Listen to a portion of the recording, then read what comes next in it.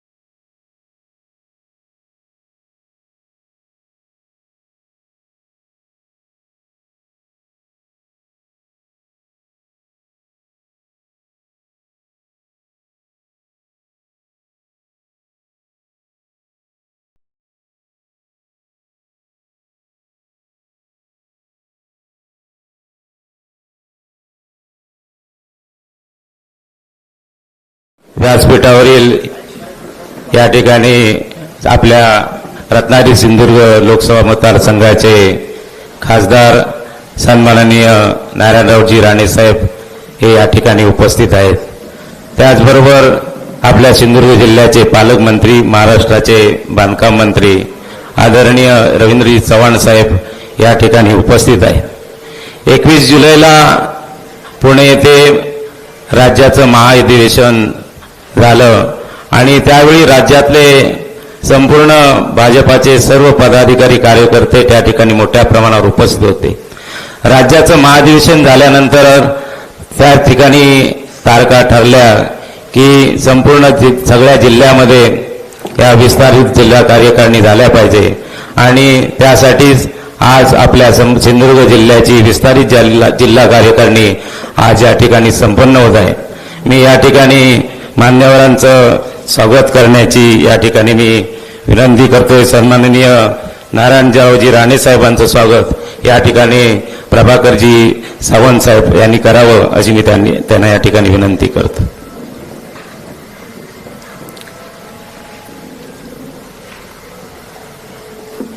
आदरणीय नारायणरावजी राणे साहेब यांचं स्वागत या ठिकाणी सन्माननीय जिल्हाध्यक्ष या ठिकाणी करत आहे.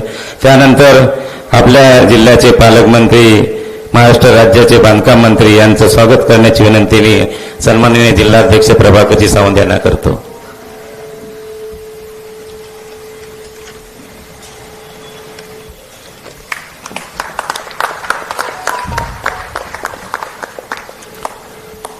त्यानंतर कुडाळ मालवणचे विधानसभा प्रमुख माजी खासदार सन्माननीय निलेशजी राणे साहेब यांचं स्वागत करण्याची विनंती मी संजू परब यांना करतो.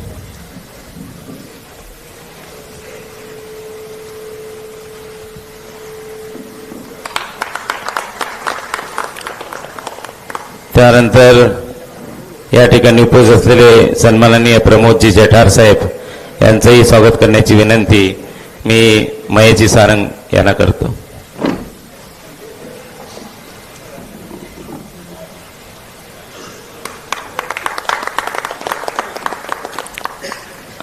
आपल्या जिल्ह्याचे जिल्हाध्यक्ष आदरणीय प्रभाकरजी सावंत यांचं स्वागत करण्याची विनंती मी महेशजी सारंग यांना करतो.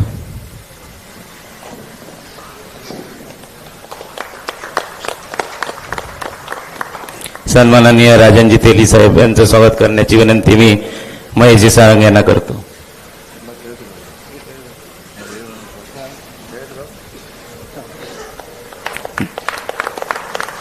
जिल्हा बँकेचे अध्यक्ष सन्माननीय मनीषजी दळवी यांचं स्वागत सन्माननीय संजू परब यांनी करावं अशी मी त्यांना विनंती करतो.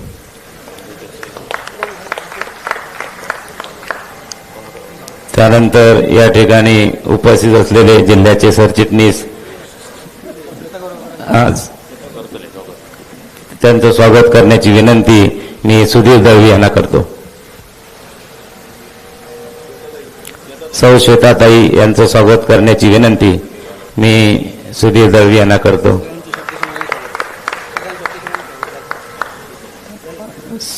सर्वांचं या ठिकाणी मी शब्दसुमनांनी स्वागत करतो.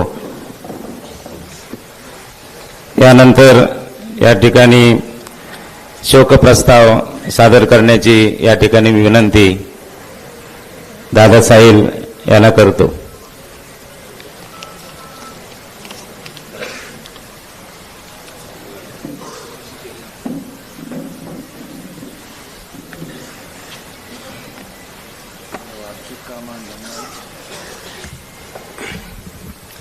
नमस्कार.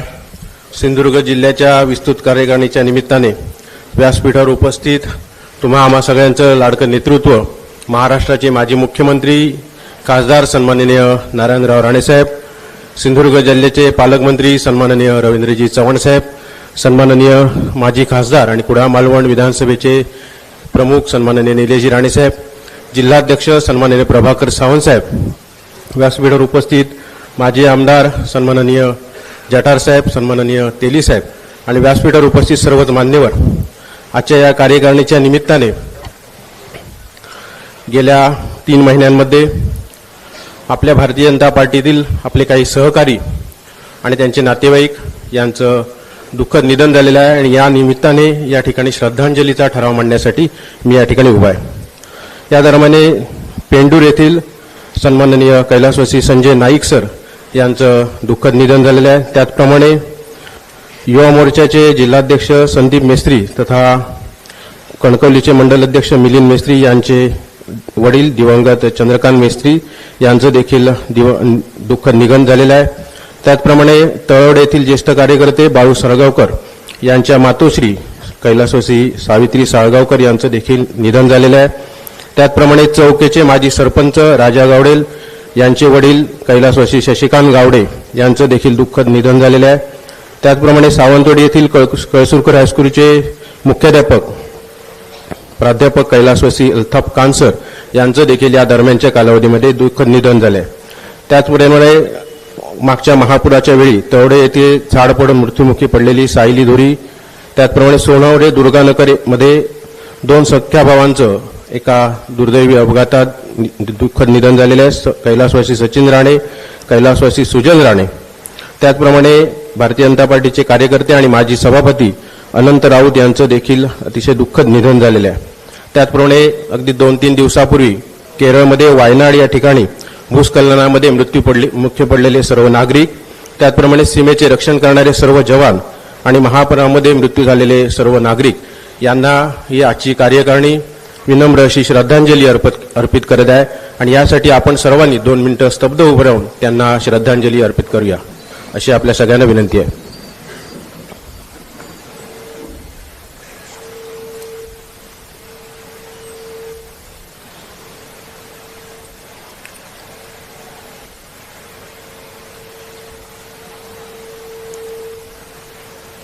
ओम शांती शांती. धन्यवाद.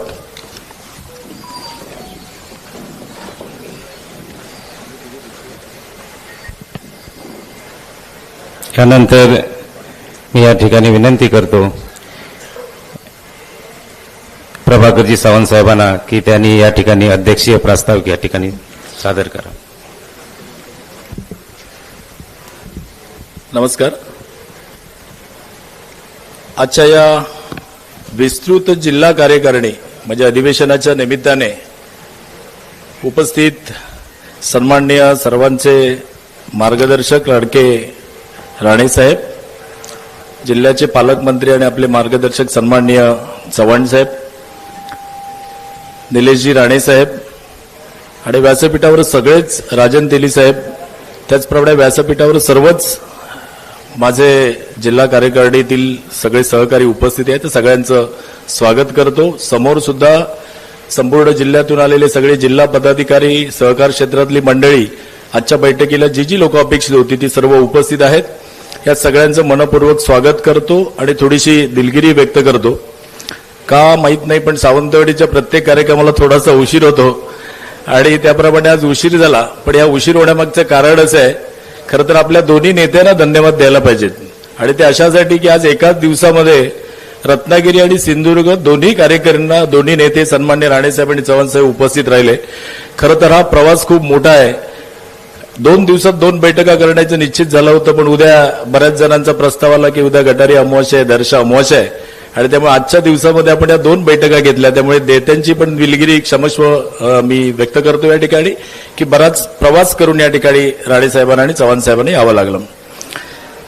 जसं आता प्रास्ताविकाच्या अगोदर सूत्रसंचालनाने सांगितलं की 21 जुलैला आपली कार्यकारिणी प्रदेशाचं अधिवेशन संपन्न झालं आणि त्या अधिवेशनामध्ये संपूर्ण महाराष्ट्रातून 9,000 पेक्षा जास्त आपले पदाधिकारी उपस्थित होते. केंद्रातले आणि प्रदेशातले सगळे नेते मंडळी उपस्थित होती आणि या सगळ्यामध्ये लोकसभेतील आपला जो काही निकाल लागला त्या निकालावर चर्चा झाली. विधान परिषदेमध्ये आपला चांगला काही निकाल लागला त्यावर चर्चा झाली आणि विधानसभेला आपण येत्या 2 महिन्यामध्ये सामोरे जात आहोत. तर या विधानसभेच्या अनुषंगाने संपूर्ण आमचे जे वरिष्ठ होते त्या सगळ्यांनी मार्गदर्शन केलं. आपल्यापैकी बहुतेक मंडळी त्या अधिवेशनाला उपस्थित होती, त्या सगळ्यांनी हे ऐकलेलं आहे. आत्ताही आपण सन्माननीय देवेंद्रजींचं जे मनोगत होतं, जे भाषण होतं ते आपण या प्रोजेक्टरच्या माध्यमातून, स्क्रीनच्या माध्यमातून सगळ्यांनी आपण अनुभवलेलं आहे.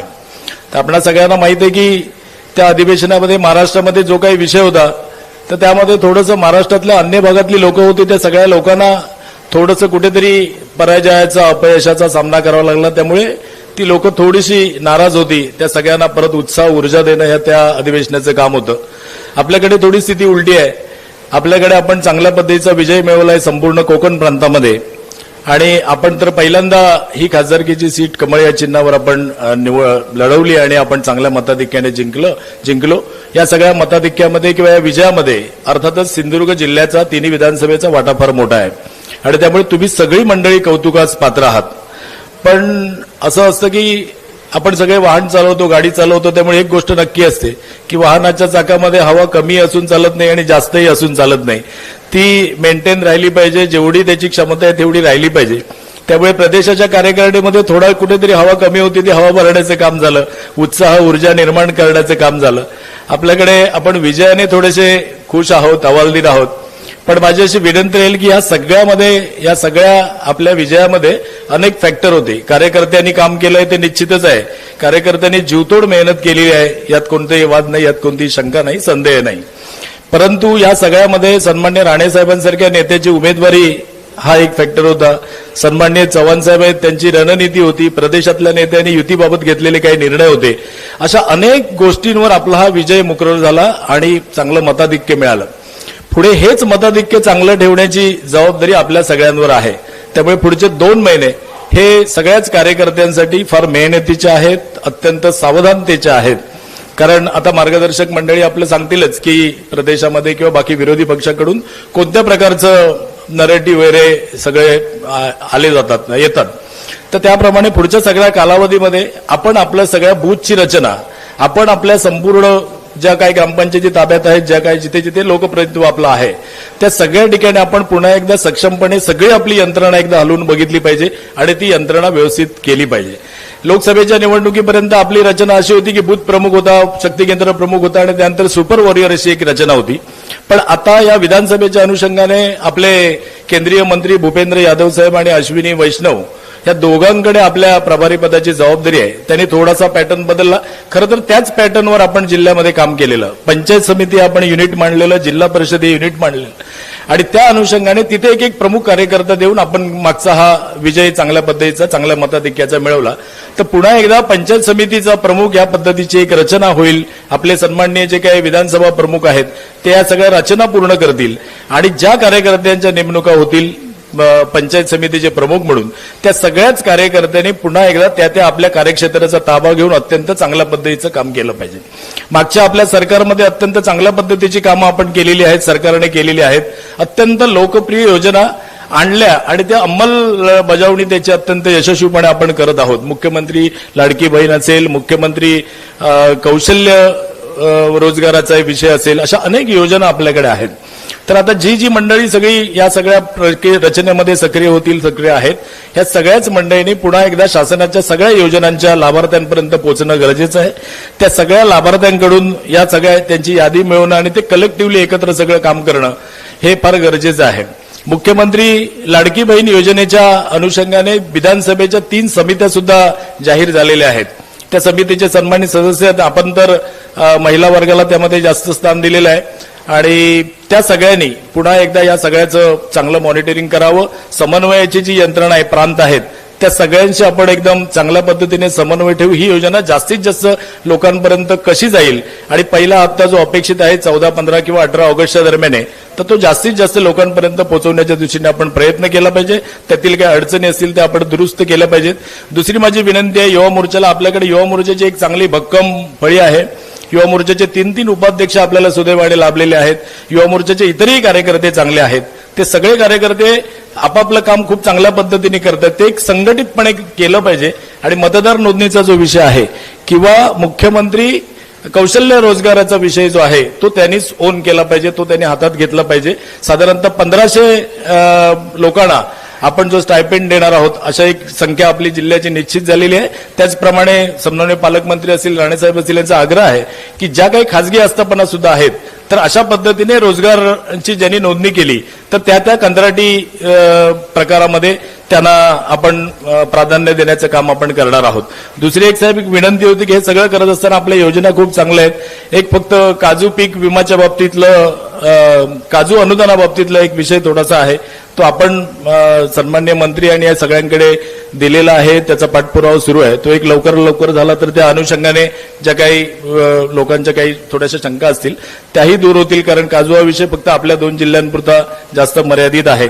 तो आपल्याकडून सगळा पाठपुरावा होईल आणि अशा पद्धतीने विधानसभेच्या निवडणुकीला सामोरं जाताना आपण पुन्हा एकदा आपल्या बूथच्या ज्या 918 रचना पूर्ण आहेत त्या सगळ्या रचनांच्या बैठका आणि त्या सगळ्या लाभार्थ्यांची यादी आणि अशा अनेक गोष्टी ज्या आपल्याला प्रदेशाने दिलेल्या आहेत त्या सगळ्या गोष्टी आपण सगळे चांगल्या पद्धतीने पूर्ण करू.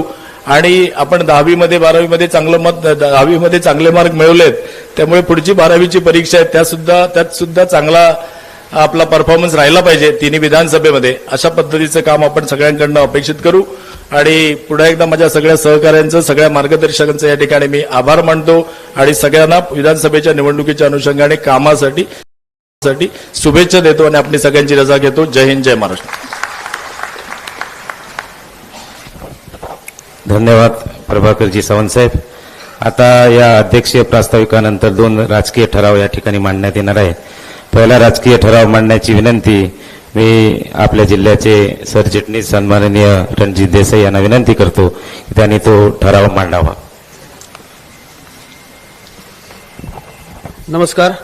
भारतीय जनता पार्टीच्या जिल्हा कार्यकारिणी अधिवेशनाला उपस्थित असलेले महाराष्ट्र राज्याचे माजी मुख्यमंत्री आणि या रत्नागिरी सिंधुदुर्ग लोकसभा मतदारसंघाचे खासदार आदरणीय नारायणराव राणे साहेब, या जिल्ह्याचे पालकमंत्री सन्माननीय श्री रवींद्रजी चव्हाण साहेब, सन्माननीय माजी खासदार निलेशजी राणे साहेब, जिल्हाध्यक्ष प्रभाकर सावंत साहेब, व्यासपीठावर उपस्थित असलेले सर्वच मान्यवर, या जिल्हा कार्यकारिणीला उपस्थित असलेले सर्व जिल्हा कार्यकारिणी सदस्य आणि माझ्या सहकारी मित्रांनो, दिनांक 21 जुलै रोजी पुन्हा बालेवाडी येथे जी आपली महाराष्ट्र राज्याचं अधिवेशन पार पडलं. या अधिवेशनामध्ये काही ठराव मांडण्यात आलेले होते आणि ते जिल्हा कार्यकारिणीमध्ये तशाच प्रकारचे विस्तृतपणे ठराव मांडण्याचे निश्चित झालेलं होतं. त्या अनुषंगाने भारताचे पंतप्रधान आदरणीय नरेंद्रजी मोदी यांची भारताच्या पंतप्रधानपदी सलग 3ऱ्यांदा निवड झाल्याबद्दल त्यांच्या अभिनंदनाचा एक विस्तृत ठराव मी मांडत आहे.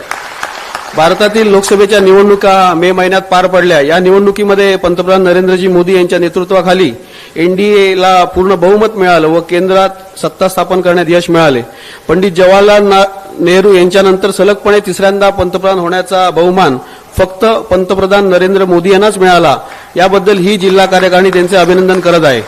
आपल्याला माहित आहे की 2014च्या अगोदर या देशामध्ये युपीए सरकार होतं. त्या काळात आपल्या देशाची जागतिक पातळीवरची प्रतिमा होती ती फारच डागाळलेली आणि मलिन होती. या देशात भ्रष्टाचार वाढलेला होता. हा देश एक अविकसित देश आहे.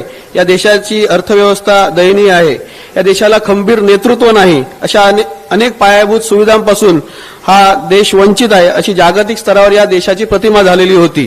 2014 मध्ये नरेंद्रजी मोदी पंतप्रधान झाल्यानंतर ही मलिन झालेली प्रतिमा सुधारून हा देश विकसित देश करण्याचे आव्हान मोदीजींनी स्वीकारले आणि अगदी काही वर्षातच जागतिक पातळीवर भारताची एक मजबूत आणि ताकदवान देश अशी प्रतिमा निर्माण करण्यात ते यशस्वी झाले. सामान्य माणूस हा केंद्रबिंदू मानून त्यांचे हित जपण्याकरता नरेंद्र मोदी यांच्या नेतृत्वाखाली एनडीए सरकारने या देशात अनेक योजना यशस्वीरित्या राबवल्या. 2014ला या मोदी सरकारने पहिलं काम केलं असेल तर जनधन खाते ही योजना सुरू केली. गोरगरीब शेतकरी कष्टकरी यांची बँकेत खाती नव्हती. झिरो बॅलन्स अकाउंटवर सुमारे 50 कोटी लोकांची खाती विविध बँकांमध्ये उघडण्यात आली. याचा फायदा कोरोना काळातील मदत थेट खात्यात करण्यात झाला. याबरोबरच स्वच्छ भारत योजनेअंतर्गत 12 कोटी लोकांना स्वच्छतागृह, पंतप्रधान आवास योजनेअंतर्गत 4 कोटी लोकांना मोफत घरं, 80 कोटी लोकांना प्रत्येक महिन्याला मोफत रेशन, उज्ज्वला गॅस योजनेअंतर्गत 10 कोटी 33 लाख घरांना मोफत गॅस कनेक्शन, जलजीवन योजनेअंतर्गत 14 कोटी 97 लाख लोकांच्या घरात नळाद्वारे स्वच्छ पाणी पिण्याचे पाणी पुरवण्यात आले. आपला देश हा कृषीप्रधान देश म्हणून ओळखला जातो. याच शेतकरी वर्गाला सक्षम करण्याकरता केंद्र सरकारच्या माध्यमातून आणि राज्य सरकारच्या माध्यमातून अशा प्रकारची दर वर्षाला थेट मदत देखील या खात्यामध्ये करता येते. 2014 मध्ये भारताची अर्थव्यवस्था ती जागतिक स्तरावर 10व्या क्रमांकावर होती. पण मोदी साहेबांनी हीच अर्थव्यवस्था 5व्या क्रमांकावर आणली आणि आता या 3ऱ्या टर्ममध्ये हीच अर्थव्यवस्था 3ऱ्या क्रमांकावर आणण्याचा संकल्प देखील केलेला आहे. 2024च्या निवडणुकीमध्ये विरोधकांनी फेक नरेटिव्हच्या माध्यमातून मतदार आणि नागरिकांमध्ये संभ्रम किंवा गैरसमज निर्माण करण्याचा आटोकाट प्रयत्न केला. अब की बार 400 पार हा नारा केवळ देशाचं संविधान बदलण्याकरता आहे असा अपप्रचार देखील केला गेला. वास्तविक पाहता अनेक वेळा मोदीजींनी सभागृहात व जाहीर सभांमध्ये सांगितले होते की भारतरत्न डॉक्टर बाबासाहेब आंबेडकर यांनी लिहिलेले संविधान हे आम्हाला वंदनीय असून आम्ही ते कदापि बदलणार नाही. परंतु विरोधकांची खोटं बोला पण रेटून बोला ही चाल काही प्रमाणात यशस्वी झाली. याचबरोबर अल्पसंख्याक बांधवांमध्ये देखील मोठ्या प्रमाणात गैरसमज पसरवण्यात आले होते. मात्र हे सर्व होऊन देखील एकट्या भारतीय जनता पक्षाला 240 जागांवरती विजय मिळाला आणि एनडीएला 300 पेक्षा जास्त जागा मिळाल्या. सर्व विरोधी पक्षांच्या जागांची बेरीज केली तर ती देखील एकट्या भाजपच्या संख्येच्या जवळपास देखील होत नाही. आपल्या तिसऱ्या टर्ममध्ये भारताची प्रतिमा जागतिक स्तरावर एक सामर्थ्यशाली आणि विकसित देश करण्याच्या दृष्टीने पंतप्रधान नरेंद्रजी मोदी यांनी अनेक संकल्प केलेले आहेत व ते तडीस नेतील याची या जिल्हा कार्यकारिणीला खात्री आहे. आणि म्हणूनच जागतिक पातळीवर ताकदवान व सक्षम म्हणून ओळखले जाणारे नेतृत्व म्हणजेच भारताचे पंतप्रधान सन्माननीय नरेंद्रजी मोदी यांची भारताच्या पंतप्रधानपदी सलग तिसऱ्यांदा निवड झाल्याबद्दल ही कार्यकारिणी त्यांच्या अभिनंदनाचा ठराव इथे मांडत आहे. धन्यवाद.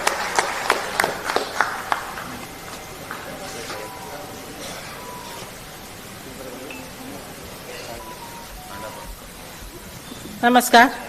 सन्माननीय रणजित देसाई सरांनी जो आपल्या देशाचे पंतप्रधान सन्माननीय मोदीजींचा जो अभिनंदनाचा ठराव केला आहे त्या ठरावाला मी अनुमोदन देत आहे.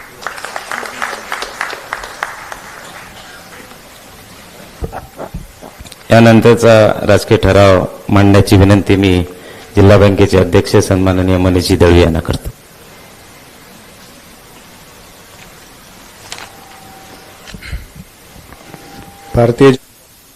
भारतीय जनता पार्टीच्या आजच्या विस्तारित कार्यकारिणीसाठी या ठिकाणी उपस्थित असणारे आमचे सर्वांचे लाडके नेते, महाराष्ट्राचे माजी मुख्यमंत्री, माजी केंद्रीय मंत्री, विद्यमान खासदार आदरणीय नारायणराव राणेसाहेब, या जिल्ह्याचे पालकमंत्री आदरणीय चव्हाणसाहेब, माजी खासदार आदरणीय निलेशजी राणेसाहेब,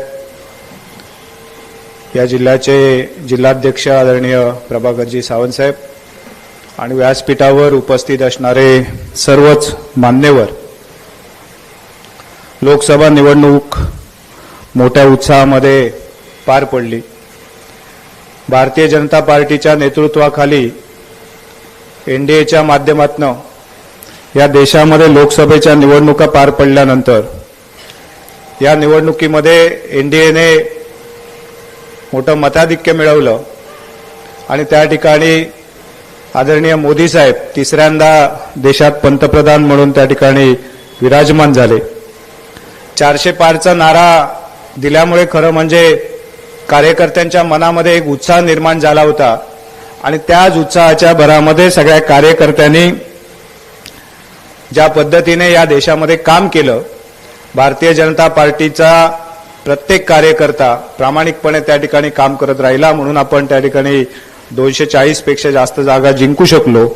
आणि म्हणून या जिल्ह्यामध्ये खरं तर भारतीय जनता पार्टीचं एक काम हे अत्यंत शिस्तबद्धरित्या मागच्या अनेक वर्षांपासून चाललेलं आहे. 918 बूथवर प्रत्येक बूथचं सक्षमीकरण, प्रत्येक बूथची बांधणी ही इतक्या व्यवस्थितपणे झालेली आहे की त्याच्यामुळे या जिल्ह्यातल्या प्रत्येक राजकीय वाटचालीमध्ये भारतीय जनता पक्ष हा प्रथम क्रमांकावर मागच्या काही वर्षांपासून राहिलेला आहे. आणि म्हणून या लोकसभा मतदारसंघाच्या निवडणुकीच्या वेळी या ठिकाणच्या एनडीएच्या उमेदवारीसाठी भारतीय जनता पक्षाचा दावा त्या ठिकाणी करण्यात आला. आणि हा दावा करत असताना सुद्धा असलेलं संघटनात्मक बांधणी आणि त्यामुळे कार्यकर्त्यांचं असलेली एकजूट यामुळे आपल्याबरोबरच्या मित्रपक्षांनाही त्या बाबतीमध्ये काही करता आलं नाही.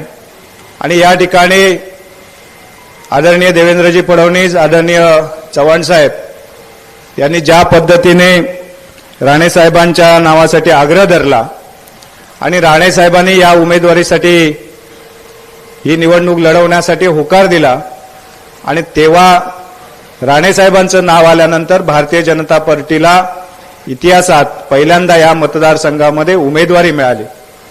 आणि म्हणून ज्यावेळी राणेसाहेबांचं नाव या ठिकाणी उमेदवार म्हणून घोषित झालं त्याचवेळी कार्यकर्त्यांमध्ये एक उत्साह संचारला. प्रत्येक कार्यकर्त्याला असं वाटायला लागलं की मीच या ठिकाणी उमेदवार आहे. राणेसाहेबांचा आणि या जिल्ह्याचा मागच्या 40 वर्षाचा ऋणानुबंध आहे आणि प्रत्येक मतदाराला राणेसाहेबांच्या बाबतीमध्ये एक विश्वास आहे आणि त्या विश्वासाच्या आधारे आमची यावेळची निवडणूक खऱ्या अर्थाने सोपी झाली असं म्हणायला काही हरकत नाही. आणि म्हणून हा मतदारसंघ मोठ्या मताधिक्याने जिंकण्यासाठी त्या ठिकाणी आदरणीय चव्हाण साहेबांनी जी रणनीती रचली आणि त्या पद्धतीने काशेकर असतील, जठार साहेब असतील, प्रभाकर सावंत असतील, सर्वच नेते मंडळी आणि खास करून निलेश राणे साहेब असतील किंवा नितेश राणे साहेब असतील, यांनी ज्या पद्धतीने मेहनत घेतली, या ठिकाणच्या या जिल्ह्यातल्या सगळ्या कार्यकर्त्यांनी जी मेहनत घेतली, सगळ्या प्रमुख कार्यकर्त्यांनी जी मेहनत घेतली, इथल्या प्रत्येक बूथ अध्यक्षाने आपला बूथ जिंकण्यासाठी खऱ्या अर्थाने या ठिकाणी मेहनत घेतली आणि त्यामुळे या निवडणुकीमध्ये एक मोठ्या उत्साहाचं वातावरण आपल्याला पाहायला मिळालं. राणेसाहेबांनी मागच्या आपल्या राजकीय जीवनामध्ये प्रत्येक वेळी या सिंधुदुर्ग जिल्ह्याचं नावलौकिक वाढवण्यासाठी काम केलं. या जिल्ह्याला नेहमीच झुकतं देण्याचं काम केलं आणि त्या ऋणांची परतफेड करण्यासाठी मतदाराने सुद्धा आपल्या मनामध्ये एक खुणगात बांधली होती की यावेळी काही झालं तरी राणेसाहेबांना आपल्याला मतदान करायचं आहे, भारतीय जनता पार्टीला मतदान करायचं आहे, कमळ चिन्हावर मतदान करायचं आहे. काही जणांनी चुकीचे स्टेटस ठेवून त्या ठिकाणी बाधा निर्माण करायचा प्रयत्न केला, परंतु आपला प्रत्येक कार्यकर्ता मनापासून या निवडणुकीमध्ये उतरला होता आणि त्यामुळे कोणी किती बाधा निर्माण करायचा प्रयत्न केला, काही मित्रपक्षांनी त्या ठिकाणी चुकीचं काम करण्याचा प्रयत्न केला, परंतु राणेसाहेबांची निवडणूक आपण सगळेजण भारतीय जनता पार्टी म्हणून कमळ चिन्हावर मोठ्या मताधिक्याने जिंकण्यामध्ये यशस्वी झालो आणि यामध्ये प्रत्येक फक्त यशस्वी झालो नाही तर या जिल्ह्यातले 90% पेक्षा जास्त बूथ हे त्या ठिकाणी बहुमताने आपण जिंकू शकलो आणि हे बूथ जिंकत असताना प्रत्येक बूथ जिंकण्याचा आनंद इथल्या प्रत्येक कार्यकर्त्याच्या चेहऱ्यावर आपल्याला बघायला मिळाला आणि हे यासाठी मागची अनेक वर्ष आदरणीय पालकमंत्री चव्हाण साहेब ज्या पद्धतीने बूथ रचनेवर भर देत होते, इथली बूथ रचना प्रत्येक वेळी मजबूत करण्यासाठी आपल्याला सगळ्यांना आग्रह करत होते, त्याचं प्रचिती आपल्याला या निवडणुकीच्या माध्यमातून पाहायला मिळाली. आणि म्हणून या सगळ्यामध्ये रत्नागिरी जिल्ह्यामध्ये जरी आपल्याला काही प्रमाणामध्ये मताधिक्य कमी मिळालं तरी सिंधुदुर्गाच्या मताधिक्यामुळे आपल्या उमेदवार या ठिकाणी राणेसाहेब मोठ्या मताधिक्याने विजयी होण्यामध्ये आपल्याला सिंधुदुर्ग जिल्ह्याचा मोठा वाटा आहे असं या ठिकाणी म्हणावं लागेल. आणि म्हणून भारतीय जनता पार्टीचा उमेदवार या मतदारसंघामध्ये पहिल्यांदाच विजयी झाल्याबद्दल मी आदरणीय राणेसाहेबांचं या विस्तारित जिल्हा कार्यकारिणीच्या माध्यमातून अभिनंदनाचा ठराव या ठिकाणी मांडतोय आणि त्याचप्रमाणे आदरणीय चव्हाण साहेब की ज्यांनी या कोकणातल्या सगळ्याच लोकसभा मतदारसंघातल्या उमेदवारांना विजयी करण्यासाठी जी रणनीती रचली, अहोरात्र प्रयत्न केले आणि ही रणनीती फक्त शेवटच्या कालावधीत नाही तर मागच्या 2-2.5 वर्षापासून सातत्याने अहोरात्र या प्रत्येक भागामध्ये झटत राहिले, प्रत्येक कार्यकर्त्यापर्यंत पोहोचत राहिले, प्रत्येक कार्यकर्त्याला त्या ठिकाणी संघटनात्मक बांधणीसाठी आणि त्याला पाठबळ देण्यासाठी कार्यरत राहिले आणि त्याचा परिणाम स्वरूप म्हणून आज जरी महाराष्ट्रामध्ये काही निर्णय आपल्याला अपेक्षित नाही मिळाले तरी सुद्धा त्या ठिकाणी कोकणामध्ये जे रिझल्ट मिळाले ते आपल्यासाठी खूप समाधानकारक होते आणि याचं खऱ्या अर्थाने श्रेय जे जातं ते आदरणीय या ठिकाणी रवींद्रजी चव्हाण साहेब यांना जातं. आणि म्हणून या ठिकाणी या विस्तारित जिल्हा कार्यकारिणीमध्ये मी आदरणीय चव्हाण साहेबांचं मनापासून अभिनंदनाचा त्या ठिकाणी ठराव प्रस्तावित करतो. खरं तर कार्यकर्त्यांच्या बळावर, संघटनेच्या या मजबूत बांधणीवर आपण मागच्या कित्येक निवडणुका मागच्या 2-3 वर्षामध्ये सातत्याने 100% विजयी होत आलो आहे आणि त्याचाच परिणाम स्वरूप म्हणून काल लोकसभा निवडणुकीनंतर पदवीधर मतदारसंघामध्ये जी निवडणूक झाली त्याच्यामध्ये सुद्धा 90% पेक्षा जास्त मताधिक्य घेऊन त्या ठिकाणी निरंजनजी डावकरे हे विजयी झालं आणि ते विजयी होण्याचं खऱ्या अर्थाने श्रेय जे आहे आमच्या या सगळ्या कार्यकर्त्यांचं आहे, आमच्या नेत्यांचं आहे. आणि म्हणून त्या ठिकाणी आदरणीय निरंजनजी डावकरे यांच्याही अभिनंदनाचा ठराव या ठिकाणी मी मांडतोय आणि येथेच थांबतो. जय हिंद, जय महाराष्ट्र.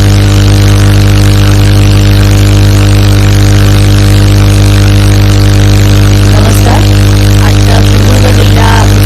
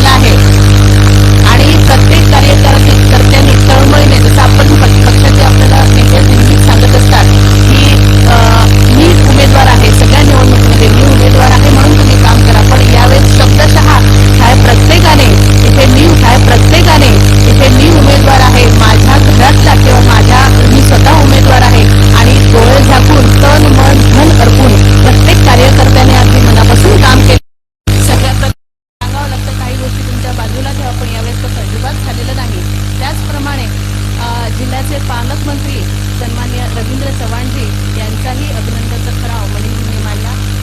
खरं म्हणजे चव्हाण साहेबांनी जो गेल्या अनेक काही वर्षांमध्ये कामांचा धडाका सिंधुदुर्ग जिल्ह्यात लावला आहे, प्रत्येक कार्यकर्त्याचं जे समाधान केलं आहे आणि ऐनवेळी म्हणजे निवडणुकीच्या पार्श्वभूमीवर जेव्हा त्यांची रणनीती आपल्या सगळ्यांना आपण अनुभवलेलं आहे, त्यामुळेच आणि प्रत्येक कार्यकर्त्यांनी जे काही योगदान आणि त्यांच्या मार्गदर्शनात काम केलं त्याच्यामुळे आपल्याला हे यश मिळालं आहे.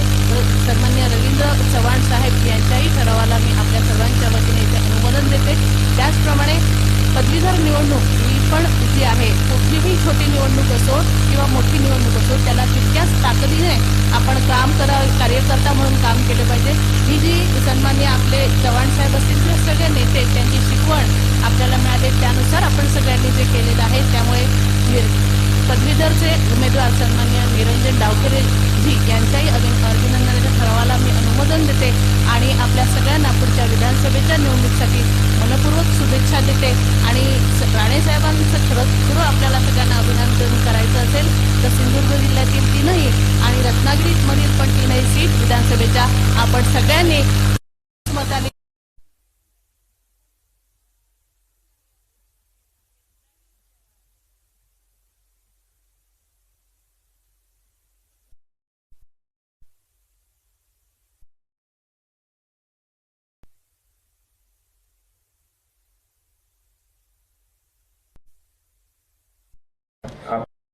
आपले खासदार सन्माननीय नारायणराव राणे साहेब आणि ज्यांनी हे यश मिळवण्यासाठी अविरत मेहनत घेतली ते आमचे सन्माननीय रवींद्रजी चव्हाण साहेब यांचा या ठिकाणी नागरी सत्कार होणार आहे.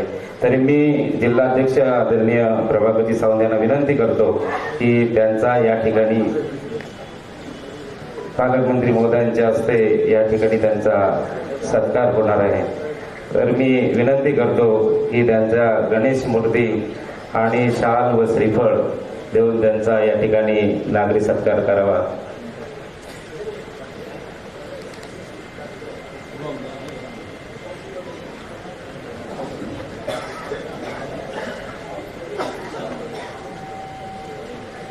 भारतीय जनता पार्टी सिंधुदुर्ग जिल्ह्याच्या वतीने या ठिकाणी सत्कार होतोय. आदरणीय रवींद्रजी चव्हाण साहेबांच्या हस्ते या ठिकाणी हा सत्कार होतोय.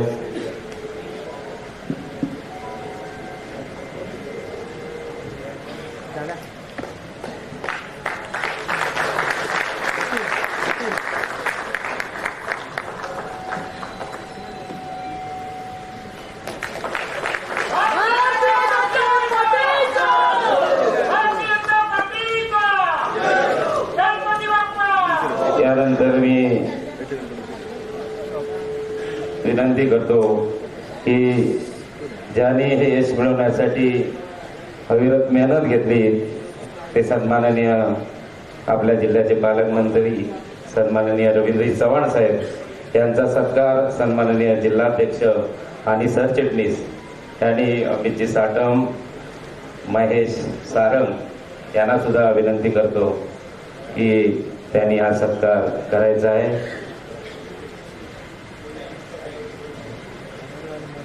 गणेशाची मूर्ती, शाल व श्रीफळ देऊन या ठिकाणी त्यांचा सत्कार होतोय. संदीप साटम कुठे असतील?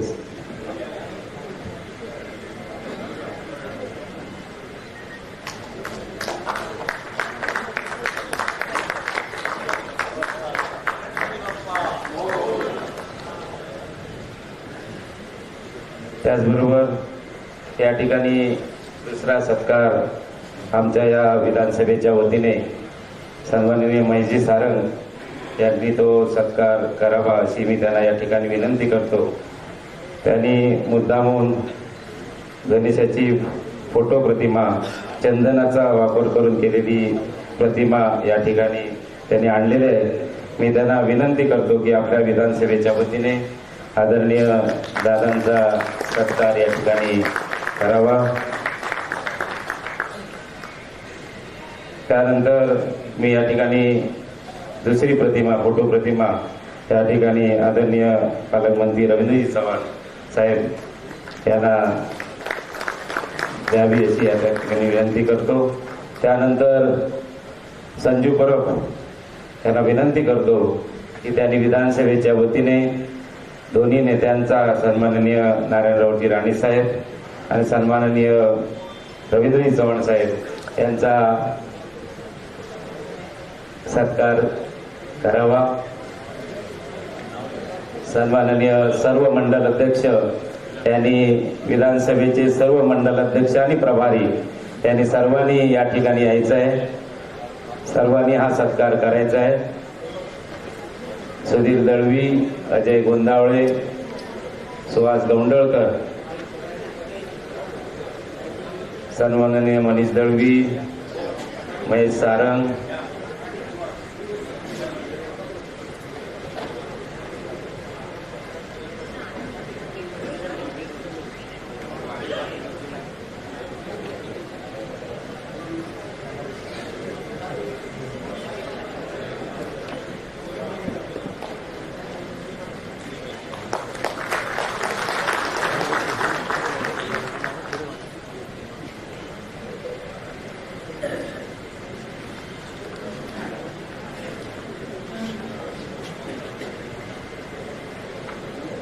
त्यानंतर त्या ठिकाणी मी जिल्हाध्यक्षा श्वेता कोरगावकर महिला मोर्चा यांनी सुद्धा आणि प्रज्ञा ढवळ यांनाही विनंती करतो. हा सत्कार रेश्मा सावंत जिल्हा महिला मोर्चाच्या वतीने या ठिकाणी होत आहे. मी त्यांना विनंती करतो की त्यांनी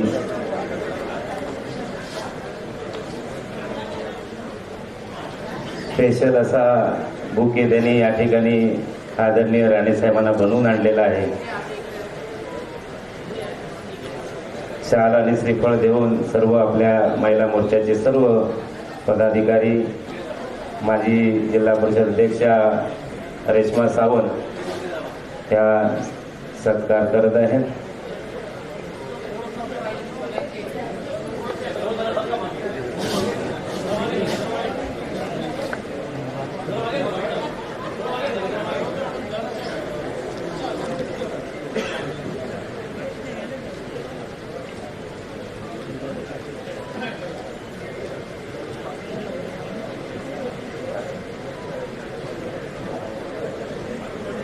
त्यानंतर चव्हाण साहेबांचा सुद्धा सत्कार या ठिकाणी आपल्या जिल्हा मोर्चाच्या सर्व पदाधिकारी करतायत. बाकीच्या सर्वांना माझी विनंती आहे की भाषण सर्व संपल्यानंतर सर्वांचे या ठिकाणी सत्कार घेतले जाणार आहे. सर्वांना विनंती आहे की आपण सर्वांनी प्रमुख मार्गदर्शन भाषण झाल्यानंतर आपण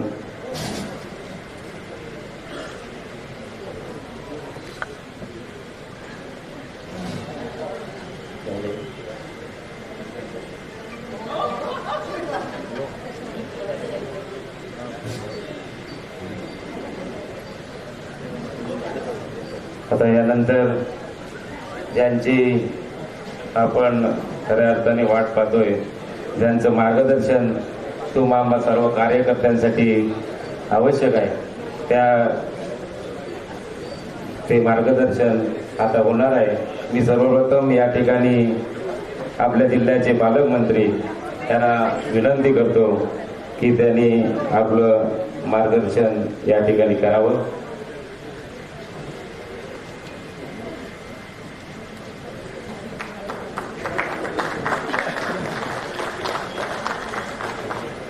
सर्वांना विनंती आहे, सर्वांनी दोन्ही हात उंच करून आपण सर्वांनी घोषणा द्यायची आहे. बोला भारत माता की, भारत माता की, वंदे वंदे.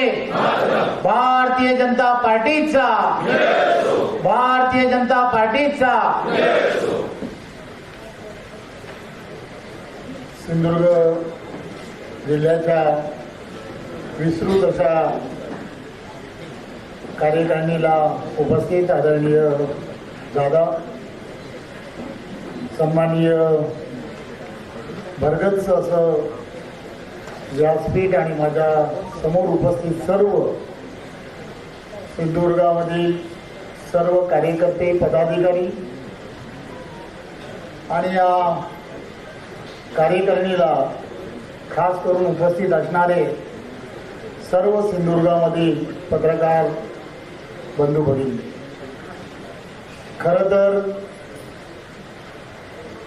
भारतीय जनता पार्टीच्या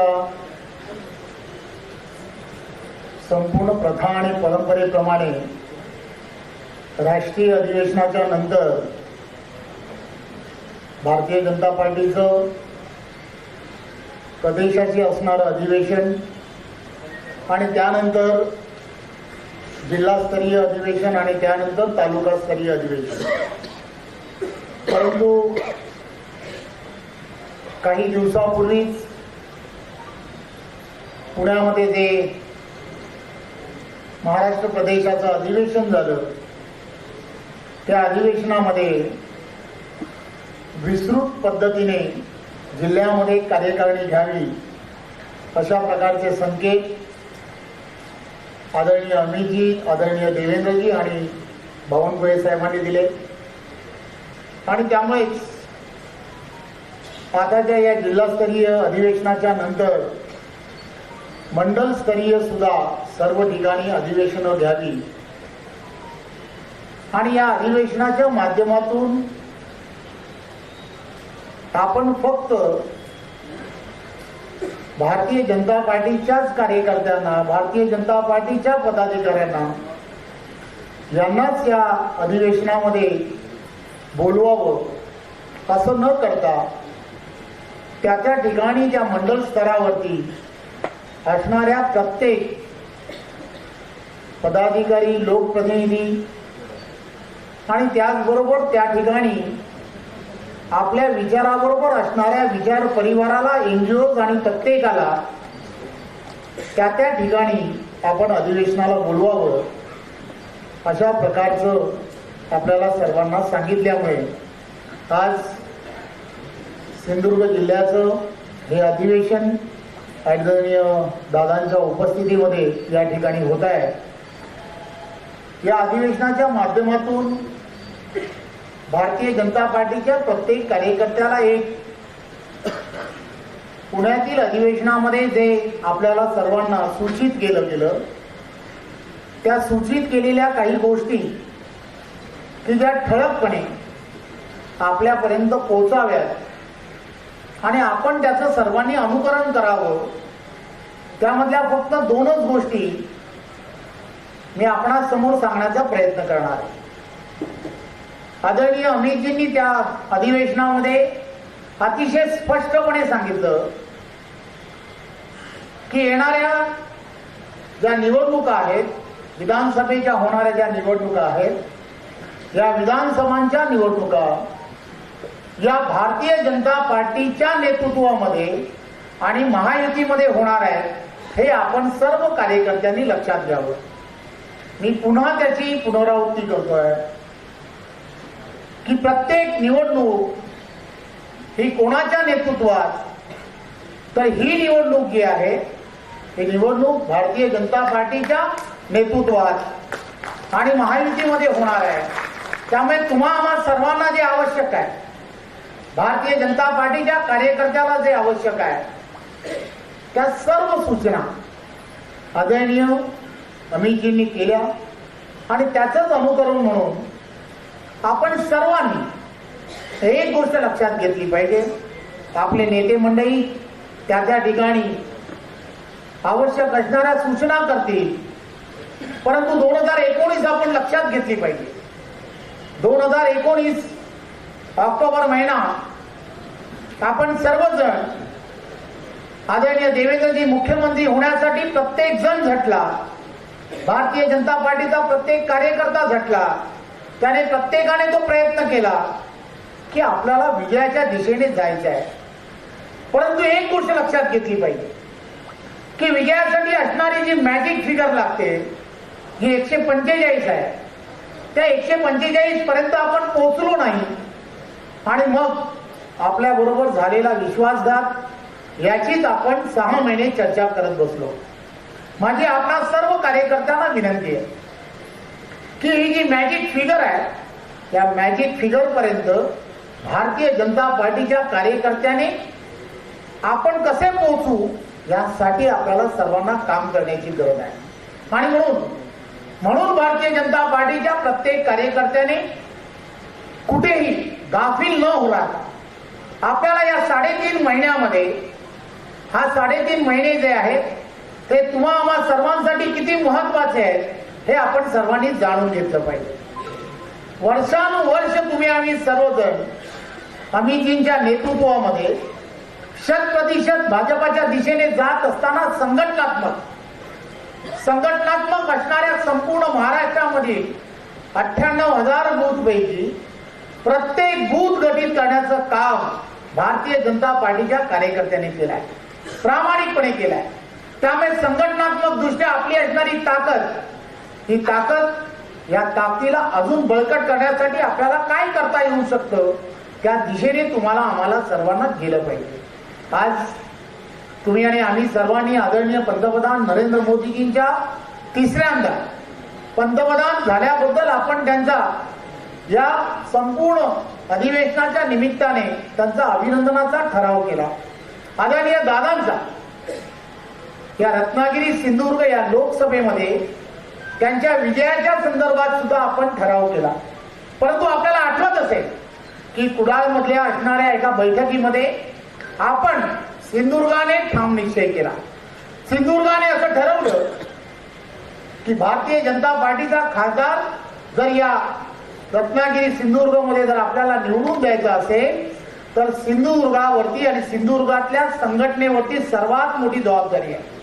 या सिंधुदुर्गातील असणाऱ्या प्रत्येक कार्यकर्त्याने हे लक्षात घेतलं पाहिजे की सिंधुदुर्गातूनच आम्हाला 1 लाखापेक्षा जास्त लीड निर्माण करणं अत्यंत गरजेचं आहे.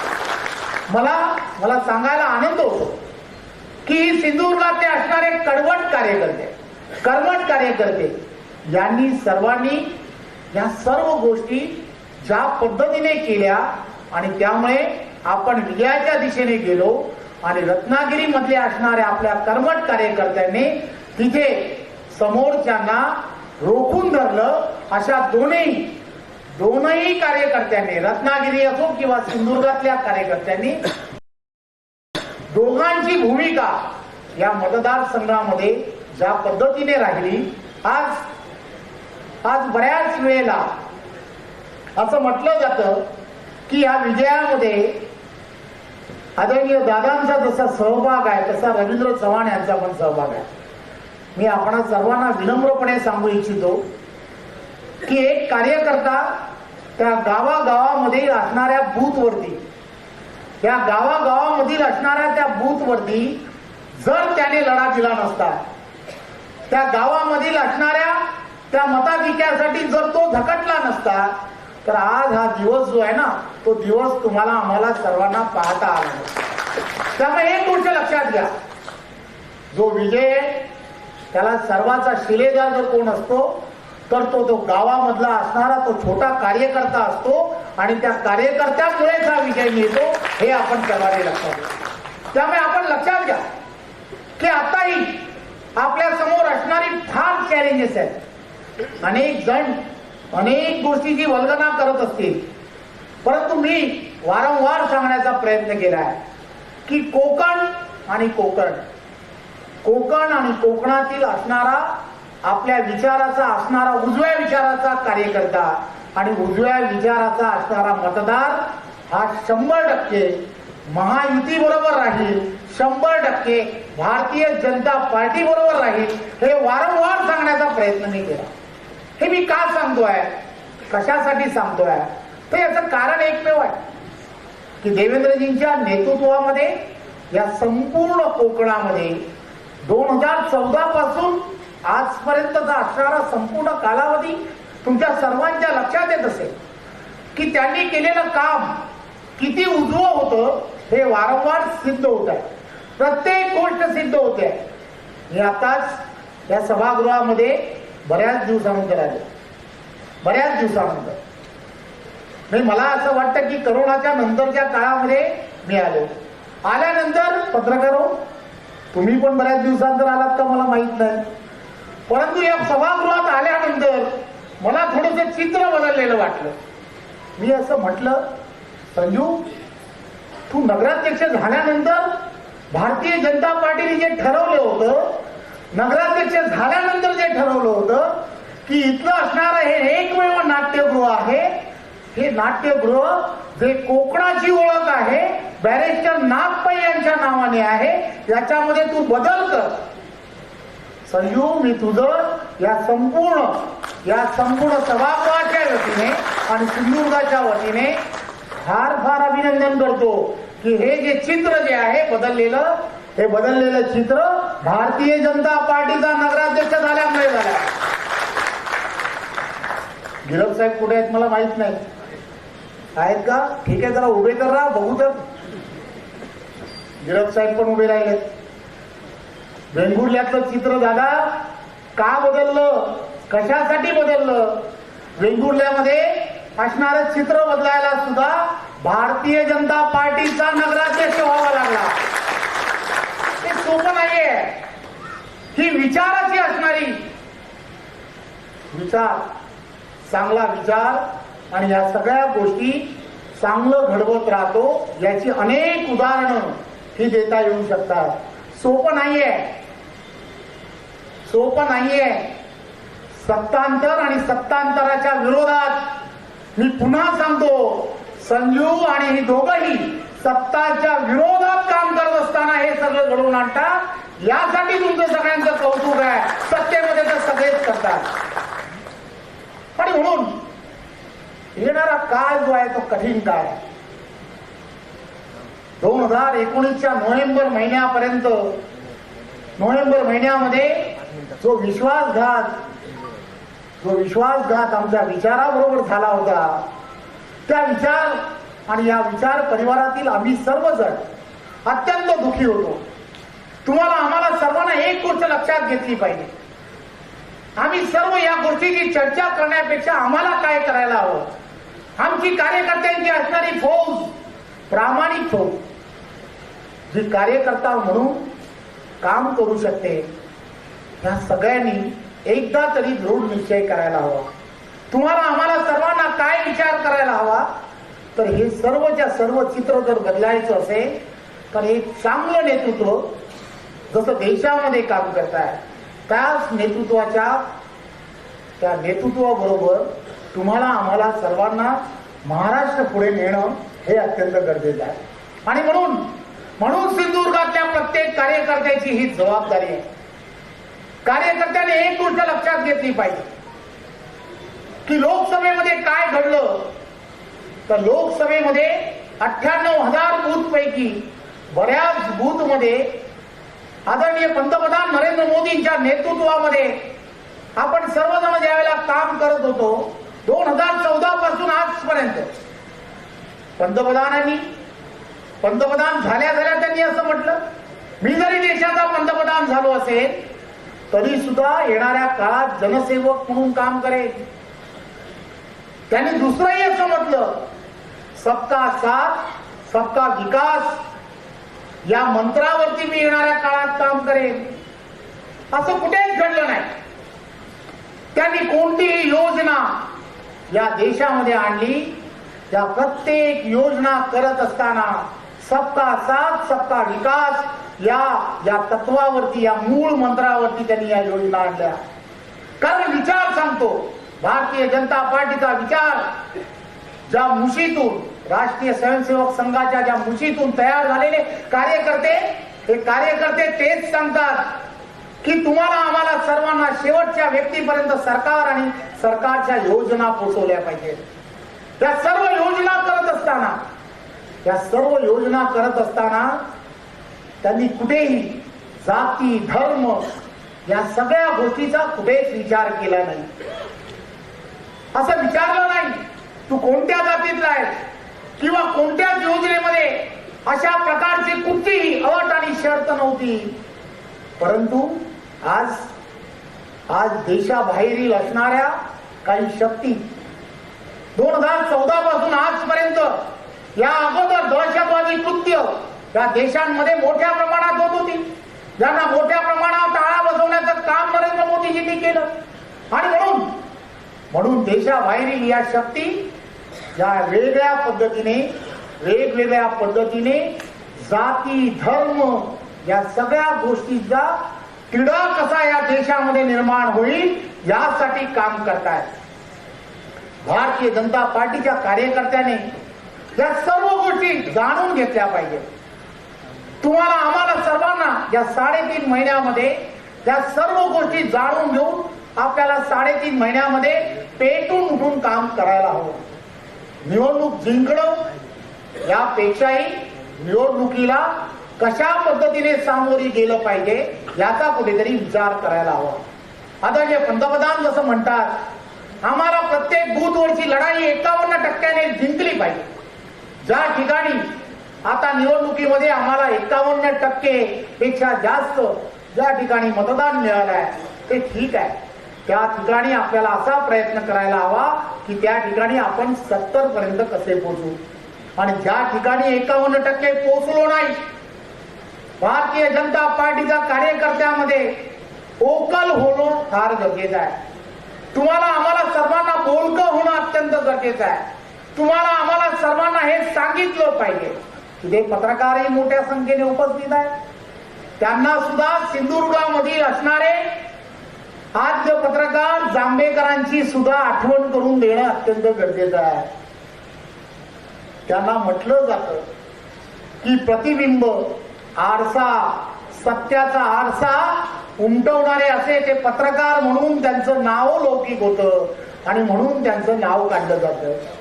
आदरणीय पंतप्रधान नरेंद्र मोदीजींनी सबका साथ सबका विकास या माध्यमातून प्रत्येक जाती धर्मातील प्रत्येकाला कुठेही डावललं नाही. आपण ज्या 51%च्या लढाईमध्ये आम्ही पाठी राहिलो, असं कोणता बूथ आहे सावंतवाडी मधला की ज्या ठिकाणी आम्ही पाठी राहिलो त्या ठिकाणी भारतीय जनता पार्टीच्या या छोट्या छोट्या कार्यकर्त्यांनी एका बूथवरती असणारी 500 घरं असू शकतात.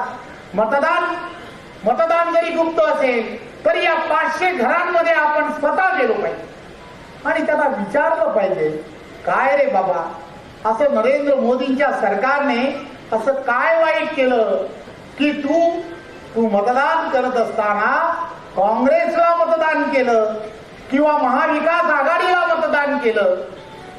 80 कोटी लोकांना मोफत धान्य आदरणीय पंतप्रधानांनी दिलं.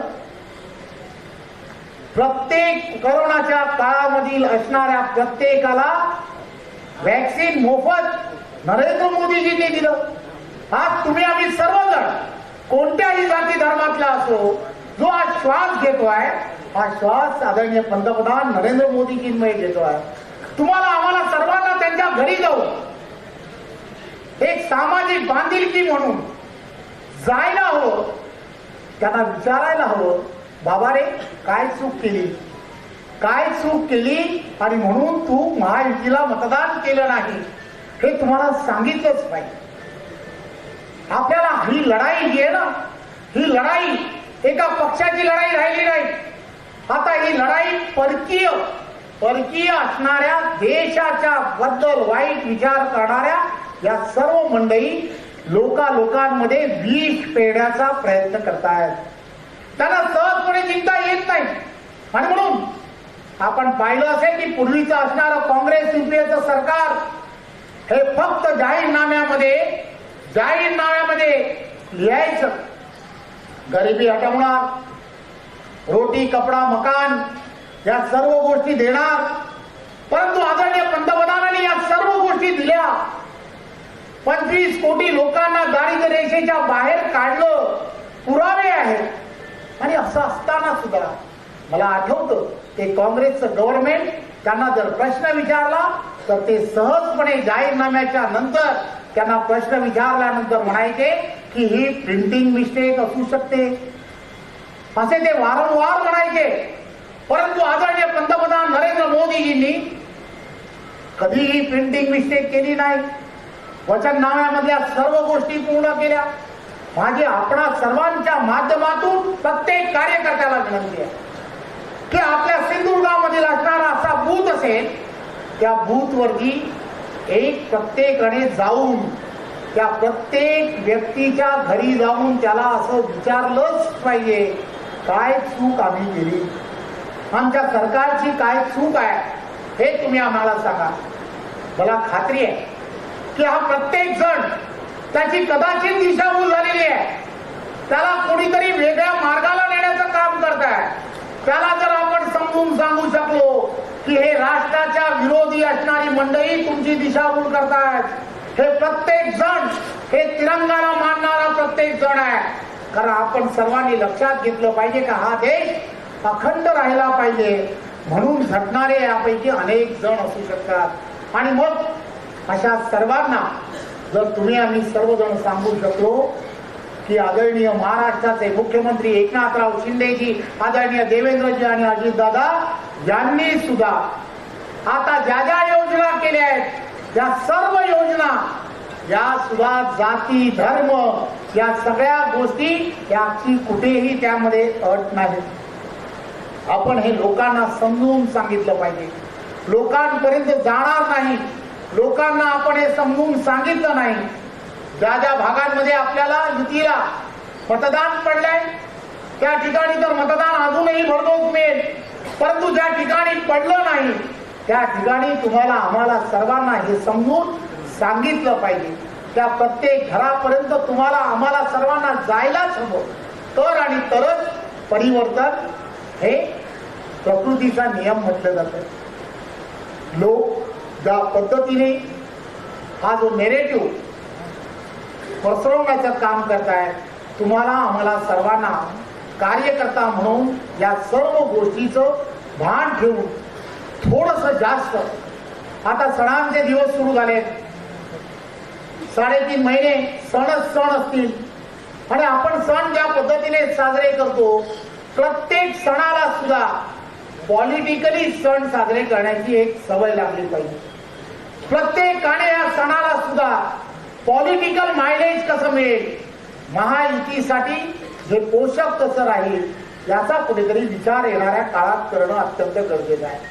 मला खात्री आहे की इथला असणारा प्रत्येक जण, या प्रत्येक जणामध्ये एक क्षमता आहे, ताकद आहे, प्रत्येक जण त्या ताकदीचा आहे. मी स्वतः असा विचार करायला हवा की मी येणाऱ्या काळामध्ये किती घरांमध्ये जाईन, किती घरांमधलं मतपरिवर्तन करण्यासाठी माझं योगदान असेल, त्या सगळ्या गोष्टी तुम्हाला आम्हाला सर्वांना एक वेगळी दिशा देण्याचं काम करतील. त्या कोकणामधील असणाऱ्या 39 मतदारसंघामध्ये महायुतीची असणारी ताकद आणि क्षमता ही सर्वांनी जाणून घेतली आहे. परंतु त्याही पेक्षा भारतीय जनता पार्टीच्या असणाऱ्या कार्यकर्त्याची ही जबाबदारी आहे. आदरणीय अमितजींनी हे सांगण्याचा प्रयत्न केला. काय सांगण्याचा प्रयत्न केला की राष्ट्राची चिंता भारतीय जनता पार्टीचा कार्यकर्ता करतोय. राष्ट्राची चिंता येणाऱ्या 30 वर्षामध्ये भारतीय जनता पार्टीच्या कार्यकर्त्याला जर करायची असेल तर महाराष्ट्र सुद्धा जिंकणं हे अत्यंत गरजेचं आहे. आणि ते आव्हान तुम्हाला आम्हाला आणि कोकणातील असणाऱ्या प्रत्येक कार्यकर्त्याला उचलून धरलं पाहिजे. या कार्यकारिणीच्या निमित्ताने ते आपण सर्वांनी मिळून एकत्रपणे करूया. धन्यवाद. जय हिंद, जय महाराष्ट्र. धन्यवाद साहेब. आपण व्यक्त केलेले विचार आणि केलेलं मार्गदर्शन हे आम्हा सर्व कार्यकर्त्यांना प्रेरणा देत राहील. धन्यवाद. आता यानंतर कालच झालेल्या पदवीधर मतदारसंघाच्या निवडणुकीमध्ये ॲडव्होकेट निरंजन डावकरे यांच्या विजयामध्ये यशस्वी नियोजन करणारे कोकण पदवीधर मतदारसंघाचे जिल्हा संयोजक प्रमोद रावराणे यांचा या ठिकाणी सत्कार होणार आहे. मी या ठिकाणी आदरणीय नारायणराव राणे साहेबांना या ठिकाणी विनंती करतो की सन्माननीय प्रमोद रावराणे यांचा शाल आणि श्रीफळ देऊन या ठिकाणी सत्कार करावा.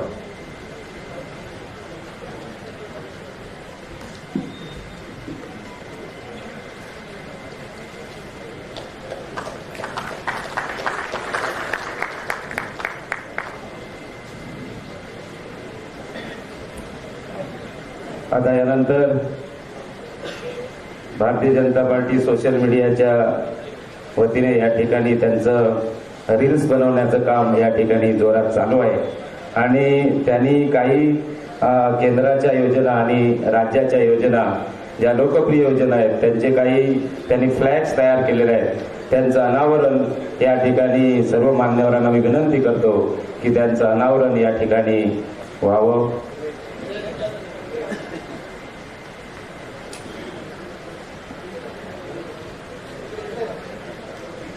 सन्माननीय सोशल मीडियाचे आमचे राजू परब यांनी फार या ठिकाणी मेहनत घेतली होती आणि त्याचं अनावरण या ठिकाणी होतंय.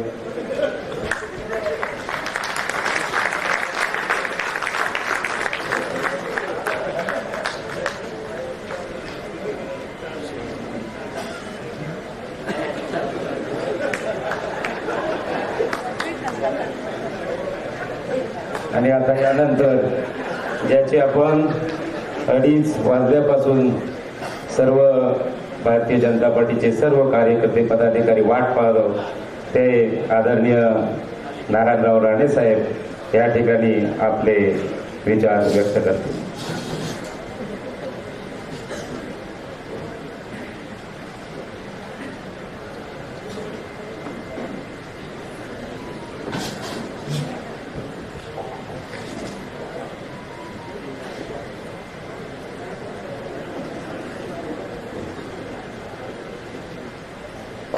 नमस्कार.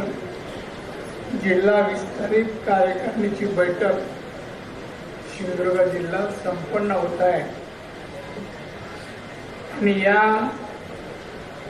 विस्तारित बैठकीला उपस्थित असलेले सिंधुदुर्ग जिल्ह्याचे पालकमंत्री सन्माननीय रवींद्र चव्हाणजी, सन्माननीय निलेश राणे, सन्माननीय प्रमोद जठार, सन्माननीय राजन तेली, सन्माननीय मनीष दळवी, सन्माननीय प्रभाकर सावंत, सन्माननीय लखनराजे भोसले, श्वेता कोरगावकर, महिला जिल्हा अध्यक्षा श्री संजू परब, महेश सारंग, अशोक सावंत, रणजित देसाई, दादा साईल, सिंधुदुर्ग जिल्ह्याचे सर्व तालुका अध्यक्ष, कार्यकारिणी, भाजपा आणि उपस्थित सर्व मान्यवर पत्रकार आणि उपस्थित बंधू भगिनींनो आणि मित्र,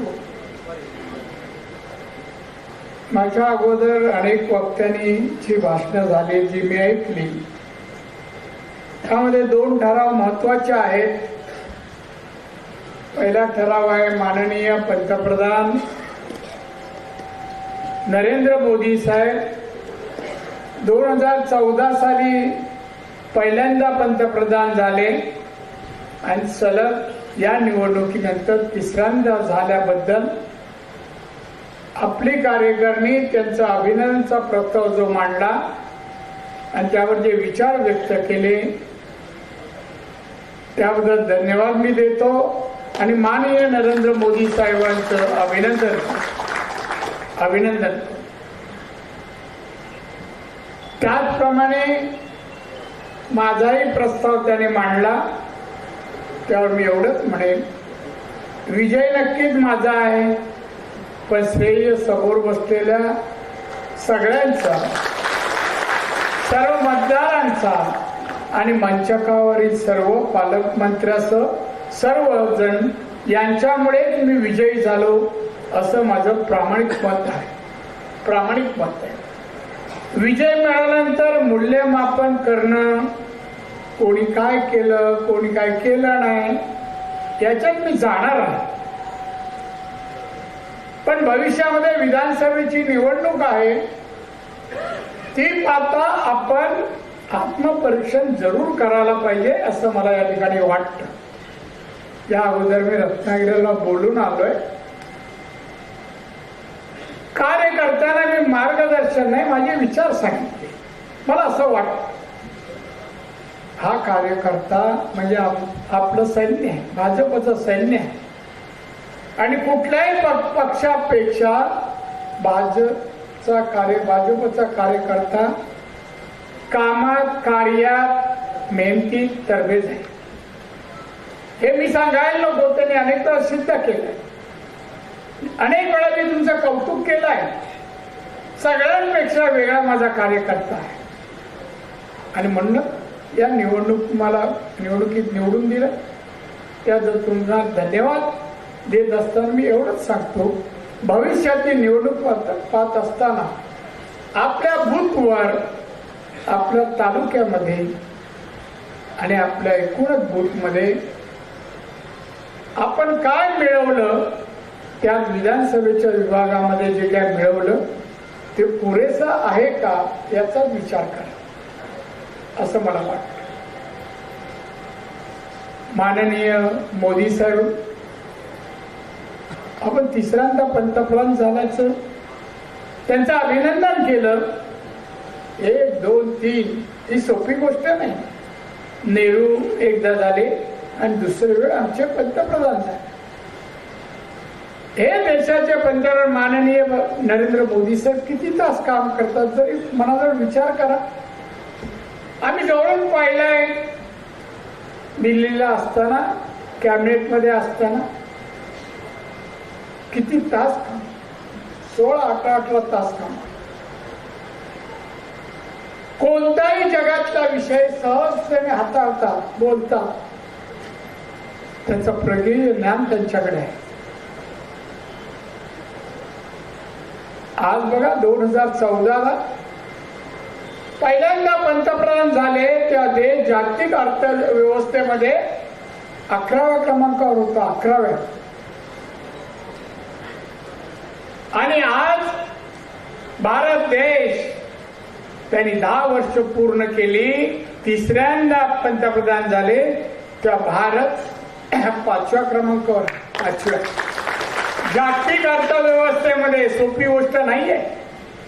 भारताला काय हिनवायचे, गरीब देश, दरिद्री देश, त्यांच्याकडे अन्न नाही, अमुक नाही वगैरे आपली निंदा करायची. त्यांना मोदी साहेबांनी दाखवून दिलं की मी जागतिक अर्थव्यवस्थेमध्ये भारत आज 5व्या क्रमांकावर आहे. थोडा फरक आहे जपान, जर्मनी. आणि मोदी पुढे म्हणाले, ते महत्वाचं, किती आत्मविश्वास आहे बघा, आत्मविश्वास आहे. काय म्हणाले की म्हणाले 2030 पूर्वी माझा भारत देश जागतिक अर्थव्यवस्थेमध्ये 3ऱ्या क्रमांकावर असेल. तिसरा आणि म्हणून 3ऱ्या क्रमांकावर असेल हे बोलत असताना त्यांनी सांगितलं की 2047 साली 100 वर्ष देशाला स्वातंत्र्य झाल्यानंतर माझा भारत देश एक विकसित देश जगात असेल, विकसित देश. हे करायला निघाले. तुम्हा आम्हाला सर्वांना त्यांच्याबद्दल सार्थ अभिमान पाहिजे. नुसतं ठराव मारून समाधान होणार नाही. कोण सार्थ अभिमान असला पाहिजे, गर्व असला पाहिजे की असे पंतप्रधान 25 कोटी लोकांची गरिबी घालवली. छोटी रक्कम नाही, छोटी संख्या नाही, 25 कोटी. गेली 10 म्हणजे कोरोनाच्या नंतर 80 कोटी लोकांना गरिबांना अन्न पुरवठा करतायत आजपर्यंत आणि पुढच्या 5 वर्षापर्यंत करणार हेही त्यांनी जाहीर केलं.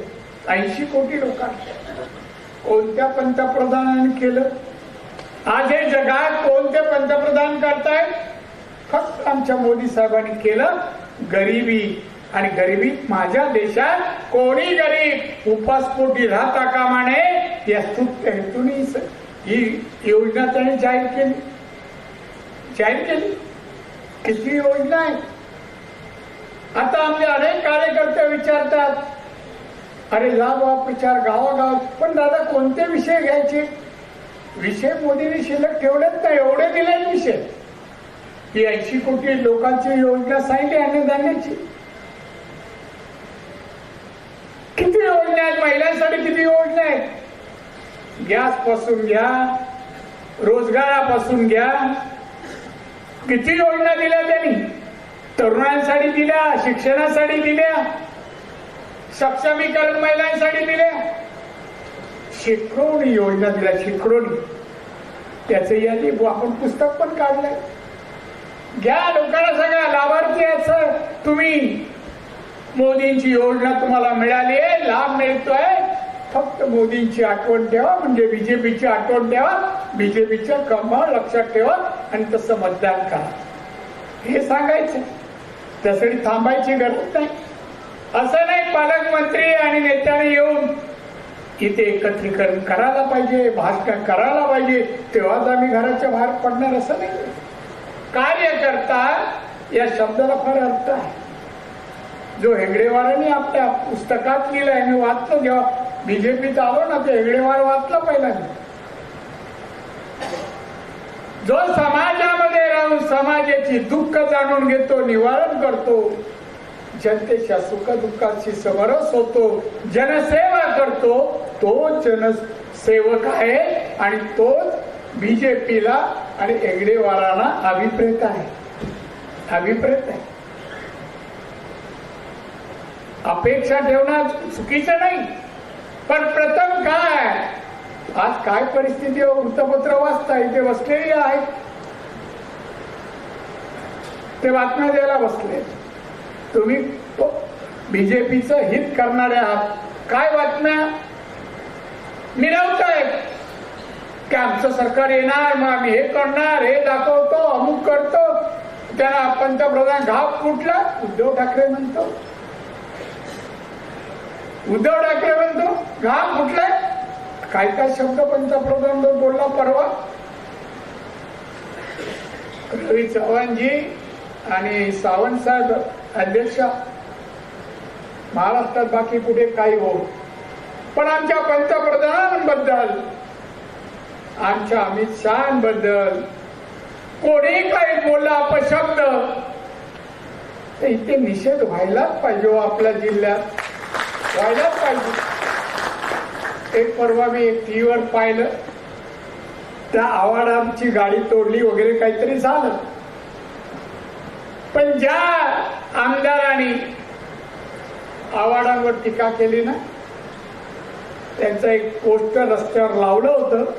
एक महिला आली आणि चप्पल काढली, ती चप्पलाने त्या पोस्टरवर मारत होती. एक महिला रस्त्यावर निषेध करत होती, वाट नाही पाहिली.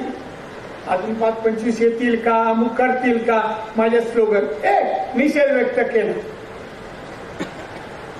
पक्षाबद्दल जर प्रामाणिकपणे, पक्षाबद्दल आस्था, आपुलकी, प्रेम, आणि हा पक्ष देशाचं संरक्षण करतोय, समाजाचं रक्षण करतोय, असा पक्ष माझा आहे, तर मी त्या पक्षासाठी त्याची विचारधाराशी समरस होऊन काम करत राहणं हे कर्तव्य आहे. सांगितल्यानंतर कोणी करेल, कोणी करेल.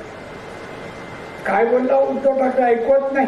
मी काल ट्विट केला, वाचला असेल तुम्ही, तरी एकही कोण सांगायला आला नाही, दादा छान केलं तर बरं झालं, त्याला असंच ठोकलं पाहिजे. नाही, आपसात चर्चा, कार्यकर्त्यामध्ये मतभेद, कोण कुठल्या गटाचा, कोण ते महिलांमध्ये, पुरुषांमध्ये, का पैशाची वाटणी आहे का मतभेद व्हायला, का सत्तेची वाटणी आहे इथे? कुठे काही होत आपल्या जिल्ह्यात हे होता का म्हणे, जिल्ह्यात होता का म्हणे. एक संघ, एक विचाराने नेते आदेश त्याची पूर्तता करणं हे सिंधुदुर्गाच्या कार्यकर्त्यांचं कर्तव्य समजून काम केलं पाहिजे. कोणी उमेदवार देवत निवडून आणणं आपलं काम आहे, त्याच्यावर भाष्य करणं आपलं काम नाही. त्याला निष्ठावान नाही म्हणत, त्याला निष्ठावान नाही म्हणत. आणि मग निष्ठा तुम्ही दाखवावी. तुमच्यासारख्या मॅच्युअर कार्यकर्त्यांना मला सांगावं असं नाही वाटत. परिपक्व आहात तुम्ही, परिपक्व. तुम्ही जसं ऐकलं टीव्हीवर, मग मी ऐकलं. मी लगेच वरिष्ठांना सांगून टाकले, काल परवा जाऊ, मी आता मराठवाड्यात जाणार. जरांगे जे जे बोलतोय आमच्या देवेंद्र फडणवीसांना, आणि उद्धव जे जे बोलतोय पंतप्रधाना, तो आणि तो बुटका संजय राऊत, त्यांचा समाचार घेणं. 10 ते 15 दिवसात मी निघणार आचारसंहिता. मला एक चीड आली, तुम्हाला आली असेल, पण तुम्ही संयमी दिसतात. पक्ष टिकवायचा असेल, वाढवायचा असेल, सत्तेवर आणायचं असेल तर दीर्घकाळ संयम नाही उपयोगाचा आहे, नाही उपयोगाचा आहे. आणि म्हणून तुम्हाला मी सांगेन, ही निवडणूक विधानसभेची आपल्यासाठी महत्वाची आहे. जे आता बोलतायत ना, काय काय बोलतात नीट वाचा. यांना दाखवतो, यांना आत टाकतो, यांना अमुक करतो, तमुक करतो. काय विषाद हो त्या उद्धवची. 2.5 वर्ष होता, ज्याला कारभार कळला नाही, ज्याला बजेट कळलं नाही, पर कॅपिटल इन्कम कळत नाही, GDP कळत, तो माणूस आता मी होणार, मी असं करणार. आणि आपले लोक एवढे विचारवंत आहेत, कोकणातले लोक उत्तर देत नाही. बरं नाही, बरं त्या जिल्ह्यात शिवसेना राहता कामा नाही हो. मी एकटाच बोलतो, प्रयत्नशील का होत नाहीये, मला काय फरक पडत नाही.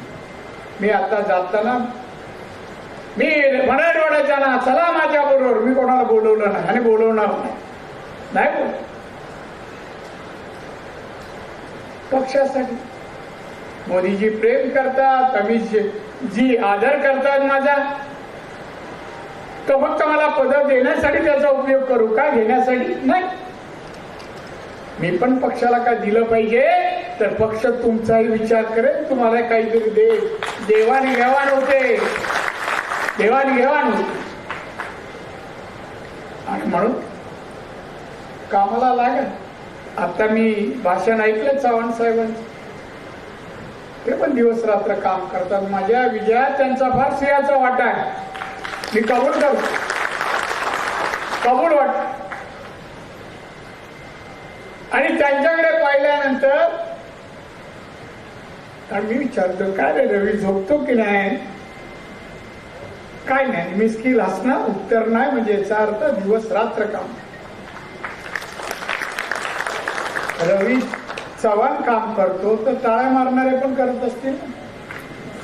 आता कोणच मारत नाही. बांधवांनो, अमित शहाने पुण्याला जे सांगितलं, जे मार्गदर्शन केलं, तुम्ही ऐकलं असेल काही जणांनी. आणि ते आता ज्याने ऐकलं नाही त्यांना तुमच्यावर पोचवायचं काम यासाठी कार्य करते. आणि म्हणून उद्याची निवडणूक आपल्या सिंधुदुर्ग रत्नागिरीचे सगळे मतदारसंघ आपण आणि आपले मित्र पक्षाचे कोणी उमेदवार असले त्यांना विजय आणायचं आपलं काम. एवढंच काय, सत्ता आपली आणून दाखवायचं आहे. आमची सत्ता केंद्रात आहे, राज्यात आता आहे आणि उद्या असणार, हे सांगा सगळ्यांना, सांगा. काही मॅनेज बातम्या येत आहेत, लक्ष देऊ ना, देऊ ना. ते निवडणूक आली ना, जसं मिरगाला पाऊस पडला का कोणाचा असतो, बेडकांचा, तशी निवडणूक आली ना का अशा बातम्या चालू. काय नाही, आपला विश्वास, आपण जिंकणार, आपण जिंकून आणणार, सत्ता आणणारा राज्यात आमची. निर्धार करा, सर्व काय ठीक होईल. आता फक्त 8 तारीख पर्यंत मी दिलेला आहे. 8 तारीख नंतर परत येईन, तुम्हाला भेटेन, तुम्ही सांगाल तिथे येईल. भाषण करायला नाही, स्थानिक लोकांशी बोलायला. ज्या मतदाराने मला मतदान दिलं, ज्याने दिलं नाही, त्या दोघांचे आभार मानायला, त्यांच्यापर्यंत जायला मला संकोच वाटत नाही. मी जाणार तुमच्यासोबत. आणि म्हणून तुम्ही सर्वजण आता काही काळ भारतीय जनता पक्ष झेंडावंदन केलं. सगळ्यांनी हे भाजपचा झेंडा, त्याच्यावर कमळ आहे, ते सदैव असं उंच फडकत राहिला पाहिजे. अशा अशासाठी तुम्ही काम करत राहावं, अशी मला तुम्हाला विनंती करायची. आणि म्हणून तुम्हाला धन्यवाद देतो. माझ्या निवडणुकीत मला विजय मिळवून दिला, भरपूर कामही केलं, त्याबद्दलही धन्यवाद. आणि पुढच्या निवडणुकीसाठी पण शुभेच्छा देतो. शुभेच्छा शब्द उच्चारलाय, उद्गार चिन्ह पुढे आहे, तो अनेकांसाठी आहे, त्यामुळे उद्गार चिन्ह आहे. का असतोय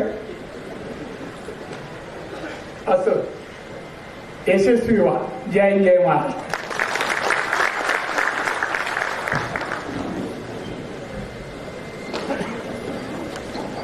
धन्यवाद दादा. आपण व्यक्त केलेले विचार हे आम्हा कार्यकर्त्यांना निश्चितच बळ देतील. मी आता या ठिकाणी एक विनंती करतो की आपल्या जिल्ह्याचे निमंत्रित सदस्य सन्माननीय मनोज नाईक यांचा या ठिकाणी आज वाढदिवस आहे.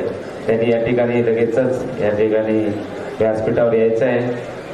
केक कापून त्यांचा वाढदिवस सगळ्यांनी, सर्व आपल्या कार्यकर्त्यांनी, सर्व पदाधिकाऱ्यांनी या ठिकाणी थांबायचं आहे. त्यानंतर राष्ट्रगीत होईल.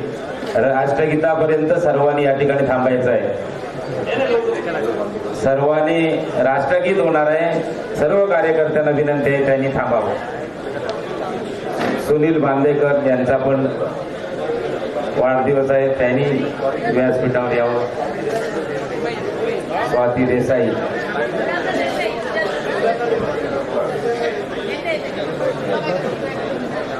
सौ सुजाता देसाई यांचा पण आज वाढदिवस आहे. त्यांनी पण व्यासपीठावर या ठिकाणी यायचं आहे. लगेचच या ठिकाणी राष्ट्रगीत होईल, त्यामुळे कोणी या ठिकाणी जाऊ नये.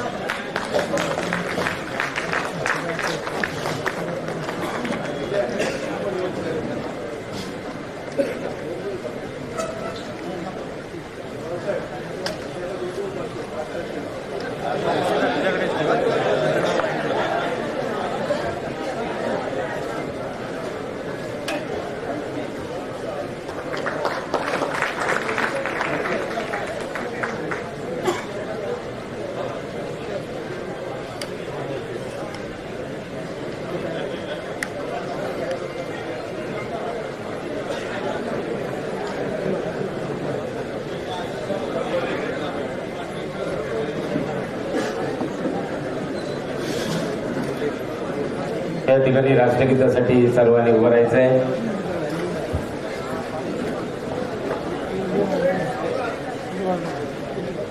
राष्ट्रगीत सुरू. जनगण मन अधिनायक जय हे भारत भाग्य विधाता. पंजाब सिंध गुजरात मराठा